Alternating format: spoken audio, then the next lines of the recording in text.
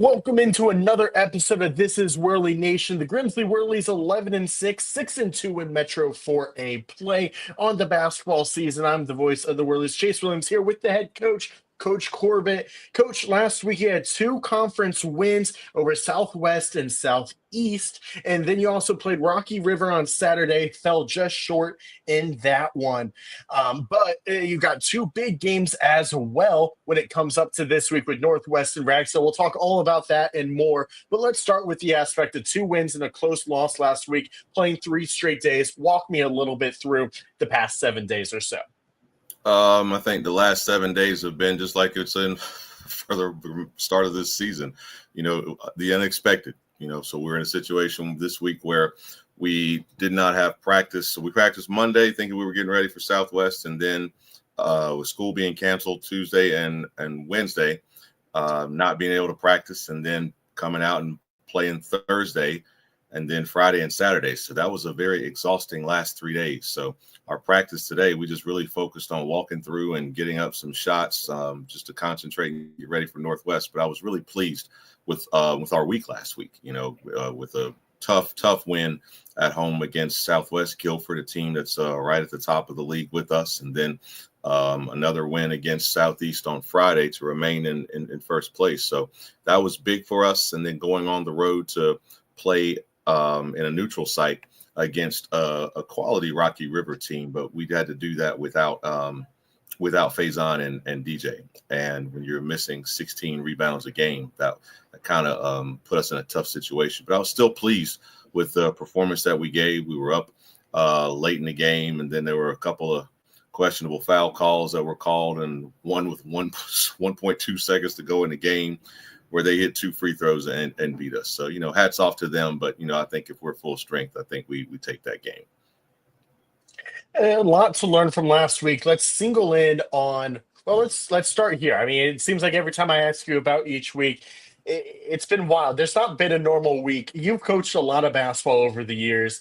This has got to be one of the weirder seasons for you and how it's played out, hasn't it? Yeah, it is. I mean, we're just trying to take it one day at a time, like I said before, but it's definitely not something that you want as a coach. You want to try to gain some sort of, rhythm and get some consistency, but, we weren't really able to do that. We haven't been able to do that yet. But, right now we're looking at 3 straight weeks now with 2 games and 3 days of practice in each. So we're hoping that we can get a little bit better with each week. And this is the time where we want to try to make a run. We're right where we want to be in first place in the league right now. But now it's just a matter of taking every game and treating it with the importance of playing it as if it's a conference championship game, because in essence it is. When you're fighting with 3 other teams for that three other teams for the first place in the conference in the league, you can't afford to slip up. So it's kind of like what what college football used to be, where every game, it was important, because you can't afford to lose. And we're in that situation right now. We can't afford to drop any games in a race for a conference championship where there are 4 teams who are tied for first place. And then you've got 2 teams right underneath them who are just as talented. Yeah, you bring up that 4-way tie at 6-2 atop the conference standings. Northern, you'll see again. Western, you'll see again. And Southwest, who you just beat, but will also see again. I mean, how important is it to have those conversations day in and day out, especially with the fact that while you won't see any of those teams this week, you see Western next week, and then the other 2 to wrap up your season on the road. I mean, there's a lot of destiny that's still controlled by all of these teams, really, but including the Grimsley Whirlies. Yeah, and that's what we want. We want to be in the conversation every year. So, I mean, I think we've done our part just to make sure that we're up with the other teams in the conference in the top half of the league right now. And it's just us to come out and play every day and recognize that every game is important. That's one of the things that I stressed with our guys at the end of practice today. We can't afford to have a game where we don't come ready to play. And we already know that we're going to get everybody's best effort because of the name that's on our chest. So we have to make sure that we come focused and make sure that we play disciplined basketball. Let's walk through last week a little bit. Let's start off with Southwest and just the wackiness of that game getting pushed back 3 times over the last 2 weeks. I gotta imagine it was very unideal for you then to end up having to deal with 3 games in 3 days, but they handled the first game and maybe the most important from the aspect of the conference standings really, really, really well. Yeah, I thought we played well in the second half against Southwest. I thought that first half we just came out a little bit slow, and didn't really get into a rhythm like we wanted to. But some of that has to do with not being able to get on the court for 2 straight days. But once we were able to get in the second half and find some offensive rhythm and start sharing the basketball a little bit more, and I think Isaiah Whitsitt got hot for us in that third quarter and really gave us a cushion. And then I think that we tried to carry that to the end. We still made some. We didn't execute down the stretch the way I wanted us to. I think we were up by 10 with like a minute and 10 seconds to go, and then we give up a uncontested 3. We make a couple fouls. We don't do some things that I thought were characteristic of what we want to do. But, we were still able to concentrate, make our free throws, and finish the game out. It was quite the show to watch. Isaiah Whitsitt in the third quarter, Braden Gatling on Southwest side responding back and forth. I mean, it's always a great competition when the Cowboys come to town. Year in and year out that it's going to be 2 of the best in the conference. But what was the conversation after that win like in the locker room? Because it felt like, while there were parts that definitely weren't strong. You mentioned the beginning of the game. I mean, fell down nearly by 10 points early on in the first half of the first quarter. And maybe you mentioned didn't quite close out as well, but it felt like, especially compared to last Friday and the home opener against Northern, just a much more complete game from the team. Yeah, I would say so. We didn't do some things the way we wanted to, but we're still learning with this. But I think one of the messages I had to the guys after the game, and this is something that I borrowed from Coach Broadway, a former football coach at A&T. All wins are good wins. So as long as you come in the locker room with a W, that's better than coming in with an L on any night. So we'll learn from the mistakes that we made, and then we did learn from that. And then the next night against Southeast, I thought we played pretty well in putting that game away as well. So we try not to get too high or too low. And you really can't when you are playing 3 straight days, because you have to be able to put it behind you quickly and then move on to the next game. So we were fortunate to pull out those 2 wins on Thursday and Friday, because that keeps us right at their top for we're in competition for a conference championship. Yeah, Friday night against the Falcons, it really felt like it was a defensive-led battle there. Yeah. Holding them just to 45 points. And with that Cowboys game getting pushed back to Thursday night, not a lot of time to really prep for Southeast. Granted, already 1 game against them this year. Earlier in the season, that does help. The team is a little bit more comfortable. But as we've talked about a lot this year, then you have the football guys, which is over a third of your team, nearly half of it, who didn't play in that game. So it's still new to a lot of your team, but they responded really well and played strong on Friday night. Yeah, we've got some talented kids, and that's I think what you said is the best thing. We responded. We came out and we played hard. Again, we're going to make mistakes. Until we can finally get everything together and gel a little bit more, we're going to make mistakes. We're going to try to live with them as much as we can, but we also have some depth where we can play with other groups. So, if somebody's not working out for us early, we know we can go to the bench and try to get some minutes from somebody else who could come in and be just as capable. So we've been mixing up our starting lineup a little bit in the last few games. We've had Patrick Carter move in and start at the point guard for us for a few games, and he's done well. I mean, he has. I thought that once he started to get in and learn what we're doing, then I think he's going to be able to do well with that.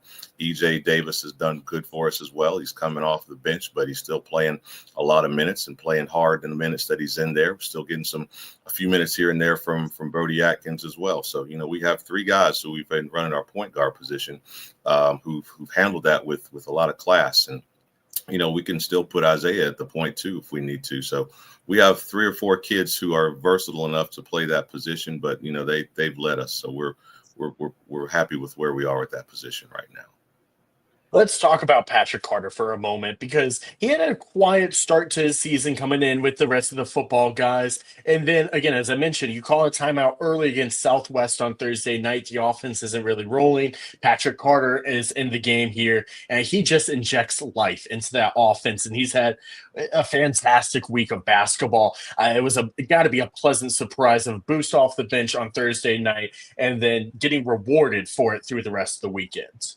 Absolutely. I think Patrick's done a great job for us. He does a good job of getting in the lane and creating, and then finishing on the break as well. He's been been able to get to the free throw line for us. We're trying to get him to see the floor a little bit better coming off of those screens, but he's in attack mode. And I think that aggression helps us out to have a guard who can get into the paint, know when to kick out or try to take it to the basket to finish. And he's been aggressive and getting to the free throw line. And I think that's something that's been beneficial for us as well, having a guard who can get in and be tough enough to get to the foul line and make your foul shots. So really pleased with how Patrick's coming along. Has that helped the half court offense a little bit? I mean, I've heard from different people a little bit. Maybe sometimes the half court offense has left some stuff to be desired right now as the football team transitions in. And it feels like his aggression, even in the half court, has opened things up. I mean, and to your point, you brought it up a little bit earlier. Isaiah Whitson in his big third quarter, it felt like the getting downhill helped open up those corner threes over and over again for the freshmen outside in the third as well. Yeah, I mean, we've been trying to teach all of our point guards to know how they're going to come off of screens and know what their reads are, So I think Patrick's done a good job of that. We're just trying to get all of them to see that when they come off of those ball screens that we're setting, how is that man playing you? If you're drawing somebody from the corner, you got to be able to kick out to the wing. Or if the man is not playing on the post, you have to know when to drop it down to him. If you're coming off and nobody plays you, you've got to be strong enough to take it to the basket. And so I think Patrick's done a good job with all three of those things right now. So still we're trying to learn and get better. And yeah, there's some things that are still not where we want them to be. But, hopefully in these next 3 weeks, we'll continue to get better and just hope that everybody just sticks with us and see where we take this thing. Coach, Friday night also your 300th career win as a head basketball coach to win a few different spots. First of all, congratulations on that. But walk me through some of the favorite memories you've had throughout those 300 wins. Oh my God, there have been so many. I've been very blessed to have, the success that we've had here at Grimsley and when I was at Terry Sanford. It's been I've had great players. Sometimes, people forget coaches or players make coaches. I can go out there and do all the X's and O's I want, but you got to have the dogs behind you to go out and do what you're supposed to get those wins for you. So, just having so many great players that have played for me in the 19 years that I've been a head coach has been awesome. Some of the moments that stand out. Wow. I mean, it's been so many, the game that we played, I think my second year against North Mecklenburg, where we beat them in the Sweet 16 here. We're beating a highly ranked Reynolds team in the playoffs on the road with Coach Moore and Coach Davis, who are on that team. So, those are some memories. Bringing it more recently, winning the 3 straight conference championships tournaments here at Grimsley. So there have been so many memories. But, those things aren't possible without my players, and they're not possible without my coaching staff. I'm so blessed to have so many great coaches that have helped me out along the way, with my staff that I have now with Kennard and KD and Coach Said and Coach Harrison and Coach Toby Williams. And we've just had so many great coaches that work with our kids. And then in the past as well, Coach Fancourt, who's our AD now, he was an assistant coach of mine. He's done so many great things for us. Look at my assistant, one of my assistants I'm still very close with in Fayetteville. Coach Bobby is down there. So, I've had so many great coaches to help me out along the way. This isn't something that I've done by myself. So I owe all of that to those guys and the work that they've put in and all the players that I've had as well. And win number one. After that win, did you ever picture getting to number 300? No way. Getting that first one was, I don't even remember who it was, but I just know that if it was a win, we're feeling pretty good about it. But, this is not one of those things that you set out for when you start coaching and saying, oh, I want to get to this number or that number of wins. It's just a blessing. I think I came up in a house where I had a very, very humble father as a head coach. And I learned a lot from him about what it takes to be a winner and to be a winner consistently. So, that's something not a lot of people have, but I've tried to surround myself with coaches and mentors who helped me out, and I've taken some things from them along the way. But, when I think about what my influence now, I learned a lot of that from my father. So this is my way of keeping his legacy alive by doing the things that we've been able to do here at Grimsley and when I was at Terry Sanford. And Coach, we haven't touched quite yet on Saturday's game as well. I mean, you mentioned it. You were without two starters for what's been a decent part of the year in Faison Brandon, DJ Howerton. First of all, how'd you feel the team handled without two key pieces as well? And even though there were, as you mentioned earlier on, a few questionable calls, which sometimes they go your way, sometimes they don't. And Saturday, they just did not fall the Whirlie's way. What did the team learn about playing in a close game like that in a different environment? Well, I mean, I thought that we did some things really well. I mean, this was a game where we got out off to our best start, really, of the season. I thought we had slow starts in some of the games prior to this, but I thought we got off to a really, really good start in the first quarter, and then we kind of lost some of that energy going into the second quarter. But we're able to stay even with Rocky River, and then I think we kind of went back and forth in the third quarter and the fourth quarter. I think they went up by 6 with maybe 2 minutes to go, but we did not lose our composure. We didn't lose our poise, came right back and then went ahead. And then, like I said, we had a couple of calls down the stretch that didn't go our way, but I was really pleased with some of the performances that we had from guys. I thought that, again, Patrick played well. I thought that we had a great performance from Sherrod White. Sherrod is an X factor sometimes. We know we can go to him and get a lot of things as far as getting to the basket and getting key rebounds for us. Nick Daniel came off or started for us in that game in place of DJ Howerton, and he had his best game by far this season. So hopefully that'll be great for his confidence and continue to carry on for the remaining 6 regular season and however many games we want to play after that. So we did a good job. Of course, we wanted to win the game, but as I told the guys, in the long run, this is something we can learn from, but it's not something that we should need to hold our head down about. It doesn't take us out of where we are, where the conference standing are. Got to imagine this is where the 12 guys that you feel comfortable putting into the rotation really helps, because 12 minus 2 is still 10, and that's larger than a lot of teams. And it gives guys opportunity, like you mentioned, Nick Daniel, who was really impressive. But talk to me a little bit, Faison, DJ, we going to see them this week? Do you have an idea of what those timelines look like? Yeah, we'll see. What can you tell us? Yeah, I know we'll see DJ this week. Faison, we're kind of looking at holding on a day-to-day basis with his injury, but DJ just went on a visit to NC State, so he couldn't be with us. Unfortunately, Faison did injure his ankle in that game that we played, but I think he'll bounce back. He's a young man who we have the utmost confidence in. He wants to be on that floor more than anything, so we'll be all right. We'll be fine. And let's take a look at this upcoming week. Again, I mentioned it at the open, but you've got Northwest in town and then Ragsdale in town tomorrow and Friday night, both of those on Tobacco Road Sports Radio. The Vikings that start tomorrow night, they're a team that gets up and down. I mean, you've played a lot of these teams recently to open up the home stands. You've got Northern, you've got Southwest. They love to get up and down, show off their athleticism. Northwest is no different. They typically have pretty good three-point shooters, some really good kids on that team. What do you expect from the Vikings the second time around this year? Same thing you just talked about. They do a really good job of sometimes mixing up defenses, playing a little bit more zoned in the half court, zone traps. Pretty good at man-to-man as well. Coach Revis does a really good job of preparing his kids to play.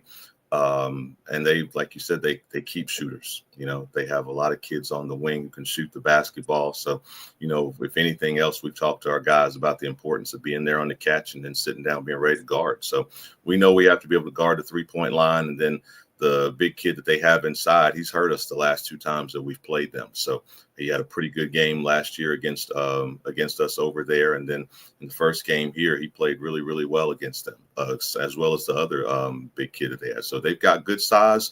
They've got a guard who can break down the defense and either score and kick out the shooters. So we know we're going to be in for a battle tomorrow night. Anytime it's Grimsley and Northwest, they're going to come at us hard. So we've got to make sure that we come out and do everything that we're supposed to, so that we don't put them in a position where they could win the game like we did last time at Northwest. So, is there a balance when you mentioned they got some really big men down low? I mean, tall, strong, massive guys, and then some great shooters outside. Is there a defensive scheme you prefer when you have to worry about both sides, or that's when you stick to man? There's excuse me, a specific zone you like to work, or is it just hey, whatever comes out, whatever sticks against the wall, that's what we're going to go with? Well, I think we just try to just play within our system, different defense that we play. We mix up our man and our zone a lot. So we'll just try to do the same things tomorrow, see what works best for us, and whatever's working best, we'll stick with it. So it's a big game. And like I said, Northwest always plays really, really hard against us, really well. We've been fortunate against them in the past few years, but they were able to get one from us in December. So hopefully we can steal one tomorrow night at home.